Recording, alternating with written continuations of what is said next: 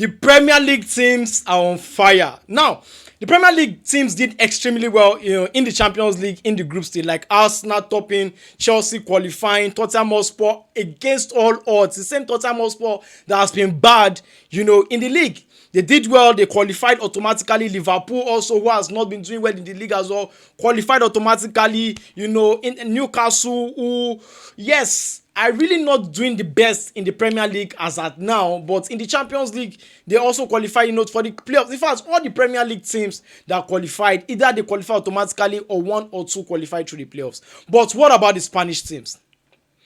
The Spanish teams has disappointed, and a lot of people are talking about it, but this is what I think is wrong with the Spanish teams. Initially, when you're talking about teams that are very successful in the Champions League, you must mention the Spanish teams.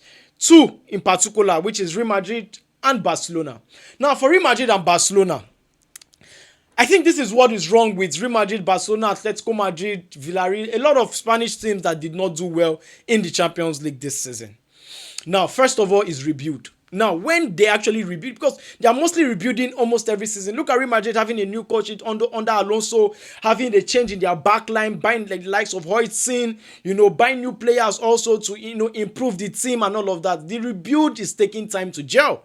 And that is a big problem. Look at the sacking of Alonso. He affected the team. Look at Barcelona, who did well in the Champions League last season, got to the semi-final. But this season, they lost, a huge importance in their team, which is the centre-back who left. Now they have to rebuild, buy new centre back, bring in Rashford. That is also a rebuild. Also, in that team, that can also affect the rhythm of the team. Look at Atletico Madrid buying players every single year. Look at Gallagher, who went to Atletico last season. This year already, he has gone. He has gone to Tottenham Hotspur. So the rebuilding phase is too rapid in the Spanish league, especially for Atletico and Real Madrid, per se, in recent times. Now, another thing that's been a problem is the financial constraint. When I mean financial constraint, I mean TV rights. The lowest team in the Premier League gets 100 million pounds.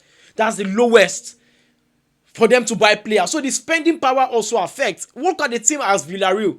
Villarreal's spending power cannot be compared to Sunderland in the Premier League. That can affect itself. You're right? So I would say it's not that the Spanish team do not have money, like the Bayern Munich, like the Atletico Madrid, Barcelona and Real Madrid. Of course, they have money to spend. But when it comes to the Spanish team in general, to improve the competition of the league, you need spendings, you need buying of quality players, you need improvement in all squad, and that's also will be done with spending of money and quality. So that alone is a problem with the Spanish team this season. Another thing is the tactical switch, the tactical shift in the Premier League.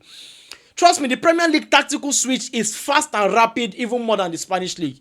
We've known the Spanish team to be this tiki-taka kind of football, put the ball. They are known for that. That's their identity.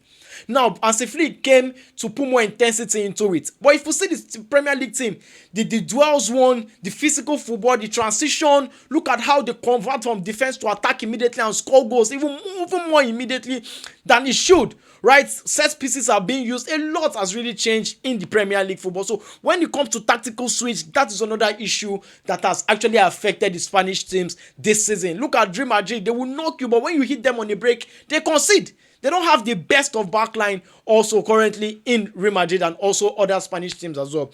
Another thing is injuries. Injuries have actually ravaged a lot of the Spanish team. Look at Barcelona. Look at when Rafinha is getting fit again. Some of their players injured. Dani Olmo has been injured multiple times. Also, I'm not saying other teams or other countries or other leagues do not have injury, but there is a lot currently, in the Spanish league. Another thing is stronger competition. Look at teams like Newcastle matching the likes of Barcelona. Before Barcelona could actually defeat Newcastle this season, it took a lot. So there's a stronger competition. Why? Because of the amount of money being spent by these teams, and also the improvement of other leagues, German leagues, and also other leagues. Also, there is a lot of improvement. Look at what Club Brugge did to Barcelona. Also, look at what teams are doing also to other teams, Slavia Prague. Although there's really improvement in all those teams as well. And also, lastly, the over-reliance on Real Madrid and Barcelona to fly the flag of the Spanish team.